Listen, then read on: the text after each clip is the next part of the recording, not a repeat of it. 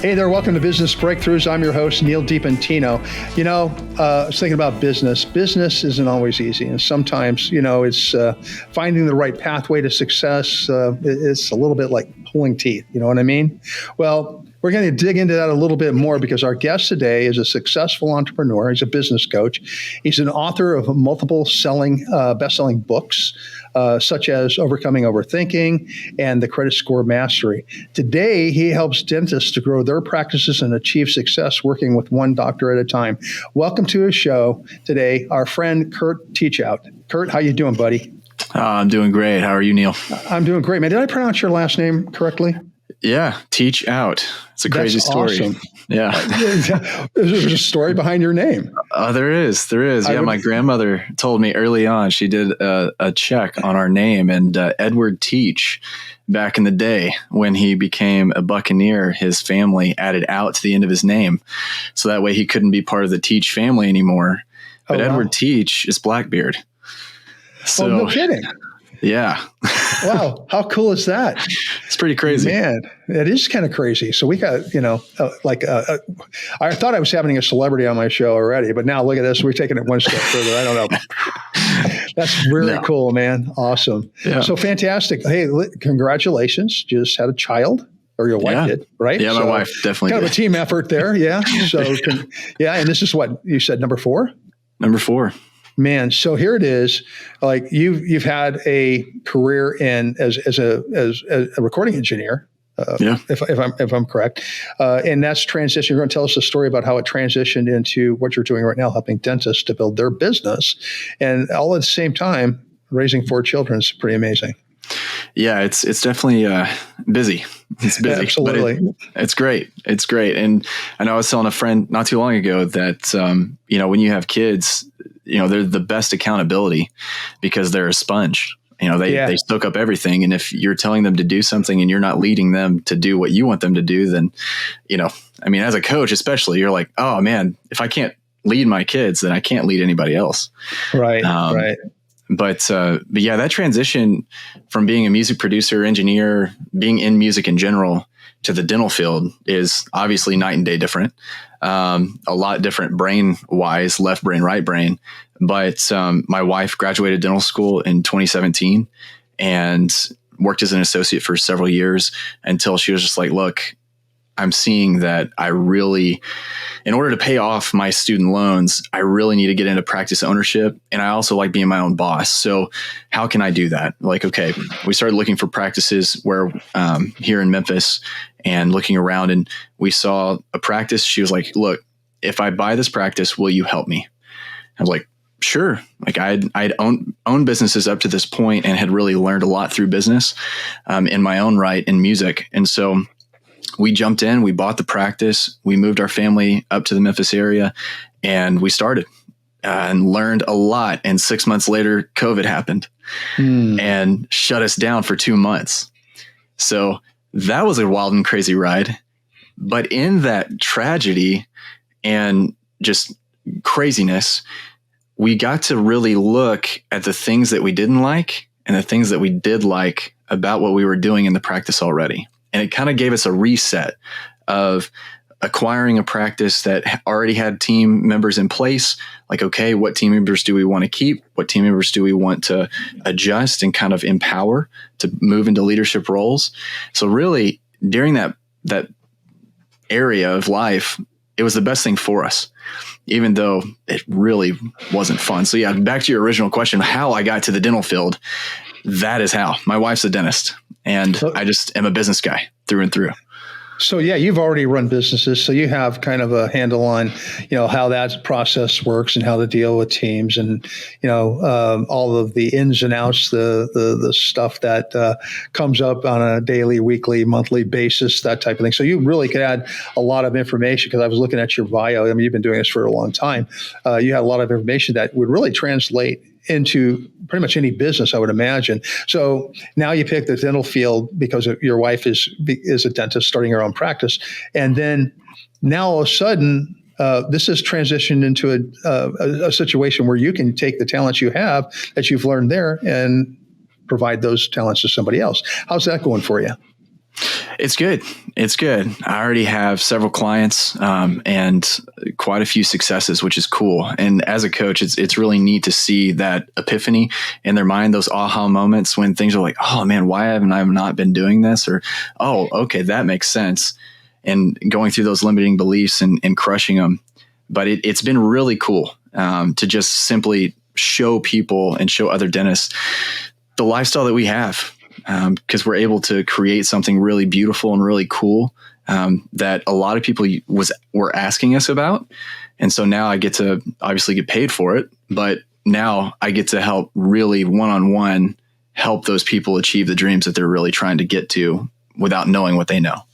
So what does that look like? You say you work with dentists on a one-on-one basis. So let's say that I'm a dentist that you've engaged me to give you my business. What does the process look like from the beginning, and to the middle to the end? What does that look like? Sure. So we've had coaches in the past, and coaching is really important, especially on a long-term basis. But what I really enjoyed when we had a coach starting out was those first 90 to 100 days. That's where you have that massive growth. And so what I did was I started this program of just a 4-month program. They're like, okay, how can we develop that massive growth? And if we want to do something on the back end, great. But the main thing is I want you to build a solid foundation to springboard that success factor that you're wanting towards your goals and dreams. So what I do is I do an onboarding call. It takes about 2 hours where I look at all of your numbers. I look at what you're doing with your team. I look at all your systems, your lack of systems and different things. And I kind of cater that to my approach and what we do. Like, okay, where's some wins that you already have? Where are some things that we can kind of implement some new processes to automate and delegate? And then just start building that foundation to where in the second, third, and fourth month, you're focusing on leadership skills. You're focusing on team empowerment and how to really optimize your team versus just kind of letting them do whatever. And then fourthly, it's just culture in general.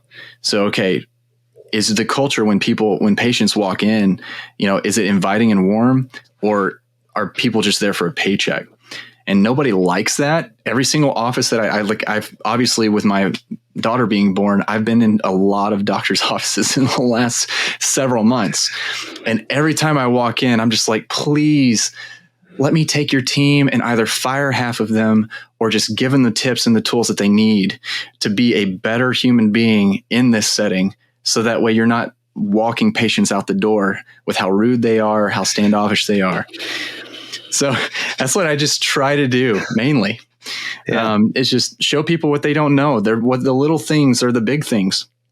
And so during COVID, we got to sit down and figure out those small things that translated to massive changes moving forward in our practice.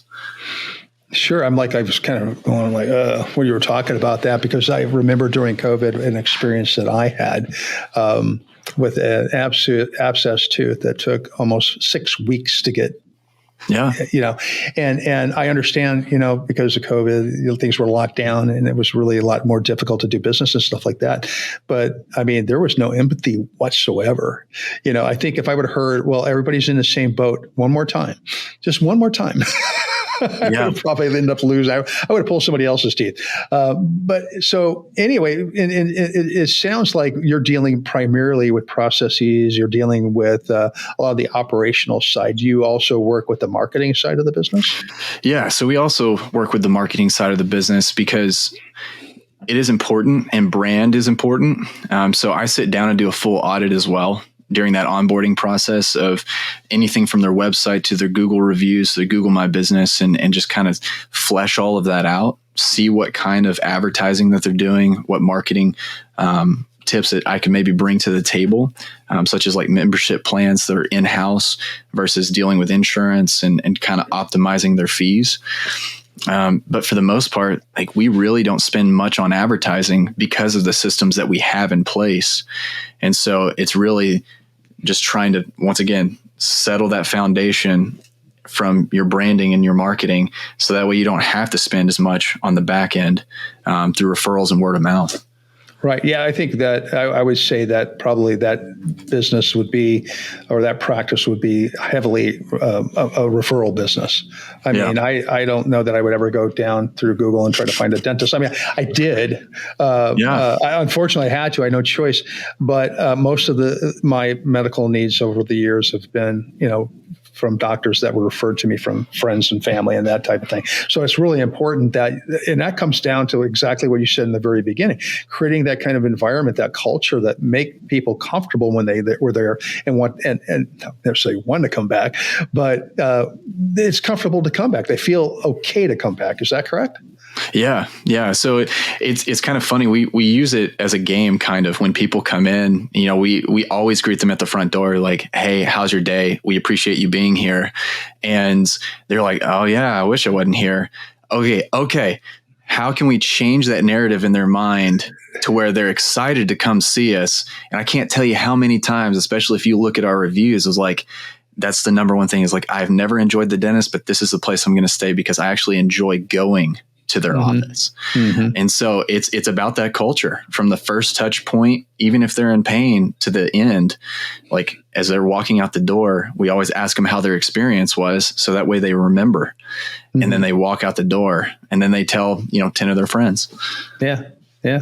Well, you're probably at one of your most vulnerable moments or situations when you go to a dentist, because, they really have all the control unless you bite them. Right. Which is not recommended. Right. No. So if it wasn't assault, I would probably slap somebody if they bit me. It happens, I guess, even to the best dentists from time to time. I'm sure. But you're vulnerable and you just want to feel comfortable and feel like, there's some empathy there, because, it's like, I always love this is going to hurt a little bit. Like, okay, have you ever had this done? No. Well, it just hurt a lot. Okay. So, I'm just kidding. But anyway, so I can say all this because I went to the dentist yesterday, had some crowns put in, and so it's really fresh in my mind. And I have a great dentist. They have a great practice, and their people are just like that. I mean, they almost apologetic. This is going to hurt a little bit, but you'll live through it. And so thank you for that. Appreciate that. Right. So in listening to you, it sounds like you're working with maybe some dentists, some businesses that are already existing. They've been around in the practice for a while, and then some startups as well. Where's your sweet spot with that? My sweet spot are dentists that have had a practice for a good probably 3 to 5 years, because at that point, like at the very beginning, obviously if I could catch them before then, that would be awesome. They just don't feel like they need what I do yet. And so that sweet spot is 3 to 5 years and further, because it's one thing to buy a practice, start learning, getting your speed up, and start really making a living. But it's another thing to like, okay, it's chaotic now. My schedule's packed. It's just busy all the time, or it's not packed. How can I fill my schedule? And that 3-year mark is kind of when that tipping point is. Like, okay, how do I get to that next level? Now I'm kind of getting my house built in my practice, but how do I really scale to where I can optimize my practice? So trying to make sure that they're making the right decisions, and they don't really know where to go. Like, they know some days are really good and they didn't have to work as much, and some days are really chaotic and they barely made any money. Right. So it's like, okay, how can we do the good things and get rid of the bad things and just go full blast on all those good things? Absolutely. And that's kind of where, we hit it early, because I've had coaches in my life before. So I was like, we got to get a coach. We don't know anything about this. Let's try to do this. And so within the first month, we like tripled what the suggestions that they had, just because like our fees, just from very small things, just a handful of things that most people are doing, most dentists are doing, they're just not charging for it, or they're not optimizing it. So there's like really simple things that dentists can do to really get to that next level. But as you know, we're our worst enemy. We typically, with the limiting beliefs and just different things, we get in our own way and we think, oh, that won't work. I'm like, well, actually, Right. that works the best. Right. Well, I think that we know what we know, right? So, Yeah. dentist gets in and he goes to school, just like anything. I mean, any kind of business you could think of, you usually know what you know, then you start a business, but then you kind of learn the rest of it a little bit on the fly, or you don't. And the ones that do succeed, the ones that don't, obviously are gone. But like a dentist, I mean, you spend all this time in dental school, in school in general, to learn your practice before you ever start your practice. And now you've got to focus on that. So a lot of things like, the operations, the procedures, all these kind of things can kind of go south on you pretty quickly because you don't have the ability to pay attention or the knowledge to be able to pay attention to it. So that's where a guy like you comes in. Yeah. Yeah. And that's what I'm very fortunate to be with my wife. So my wife can just focus on the dentistry and I can focus on all the business side. But there's a way to be able to do that, even as a dentist and delegating it to your team, which I've seen now. Like I'm in that process of removing myself so I can delegate it to the team in different ways because they've seen what I've done. Right. So that way I can focus on helping others. Right. Very good. I actually wanted to ask my dentist yesterday how he handled all this stuff because I knew we were going to be talking. Unfortunately, he went MIA on me before I could ever grab him. But this is very interesting, so I'm going to go and talk to him a little bit about this, and I'll introduce you. He's a great guy. You would love it. So let's get down to some nitty gritty here. Can you tell me a little bit about maybe some success stories that you've had with your clients and your processes? Sure. So I guess the biggest selling point to what we do differently than everybody is we do double and triple what the average dental office does, only on 3 days a week. So most dentists work 4 or 5 days a week and do an average of about $800,000 to $900,000. And we only work 3 days a week and generate much more than that. So what we found was that in just working 3 days a week, we're more energetic, having more time off with family, doing all the things that we need to, and the 4 days we're off. So that way, when we get there, we can maximize it and we can work super hard for the 3 days. So we had this process in place, and my wife went on maternity leave with our last child, and we needed a doctor. So we hired a doctor to come in, but we were a little concerned because she had never done more than $6,000 in production a day at her own practice. And my wife was doing 10 to 12 on her own. So we were like, okay, we need somebody. I don't really care who it is. We just need somebody.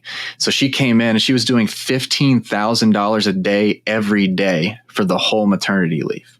Oh, wow. And it's all because of those processes, those very small things that the team knows, the things that is delegated to the team. So that way the doctor can focus on the things that they can only do. Mm-hmm. And that's really what it boils down to. And so when she went back to her office, she was like, okay, send me an email with every single thing that you just did in your practice. I was like, okay, cool. Like, yeah. Send it to her, and now she's thriving, doing well above what she was doing even at our office. So it's firsthand. It's as soon as I saw that, I was like, man, I've got something here. Something is working. How can I duplicate this? And so I've been talking with her a lot. I was like, okay, what worked, what didn't work, and we just kind of went from there and started working with clients. That's fantastic. So can you give us maybe a couple tidbits? I mean, obviously you got some proprietary stuff there. You don't want to give your whole, everything. I don't mind. I don't mind. Give us some tidbits, man. Give us some examples. Sure. So, I mean, a lot of it, like it says, I give this away for free all the time. A lot of it is just the small things. So really cutting down on no-shows. Okay. So we added an extra $10,000 to $20,000 a month in revenue just from cutting down on no-shows in the schedule. So the way that we did that was obviously tweaking our automated system of texts that go out 2 weeks before, 1 week before, and a day before. And the verbiage in that is very important too. So the way that we do it is like, hey, thank you for reserving this appointment. we were hoping that you could make your reservation. And we have some people text back to like, it sounds like a high-end restaurant that I'm trying to go to right now. And so like little psychological things like that make a difference. Another thing is taking x-rays. And I was reading an article not too long ago. It's like dentists take like 200% more x-rays than anybody else in any industry. Like, well, yeah, but there's a reason for it. They can't see below the gum line. They can't see in between teeth. So in order to do that, you got to take an x-ray. So most dentists take x-rays on top, bottom, on both sides, but they miss here in the front.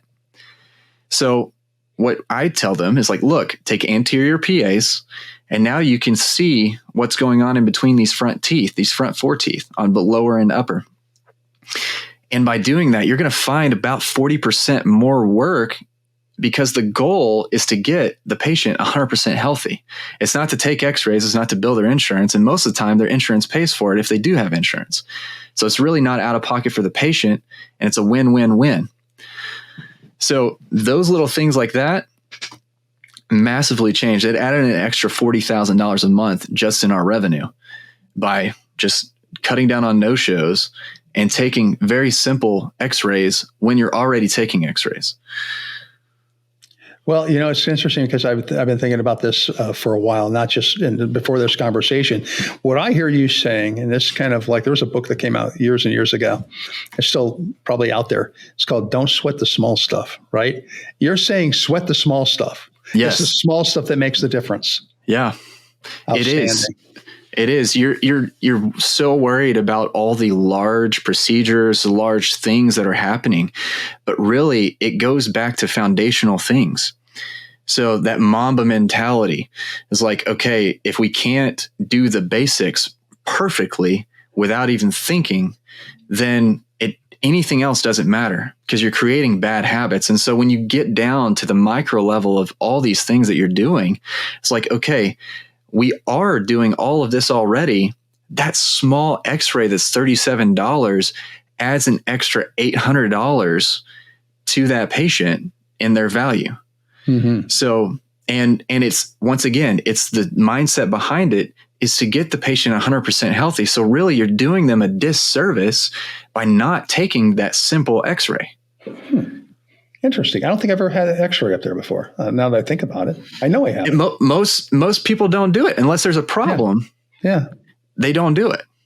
Well, I'm going to have a long talk with my dentist this all understood. So, oh, that's fantastic. Well, look, this has been really interesting. I've really enjoyed this a lot. Man, you're a wealth of knowledge. And so, and really a lot of the techniques that you're talking about, maybe not the teeth, the x-rays and stuff like that, but just, kind of sweating the small stuff, looking at those small details of your business and really paying attention, that can really translate to any business, right? Yeah.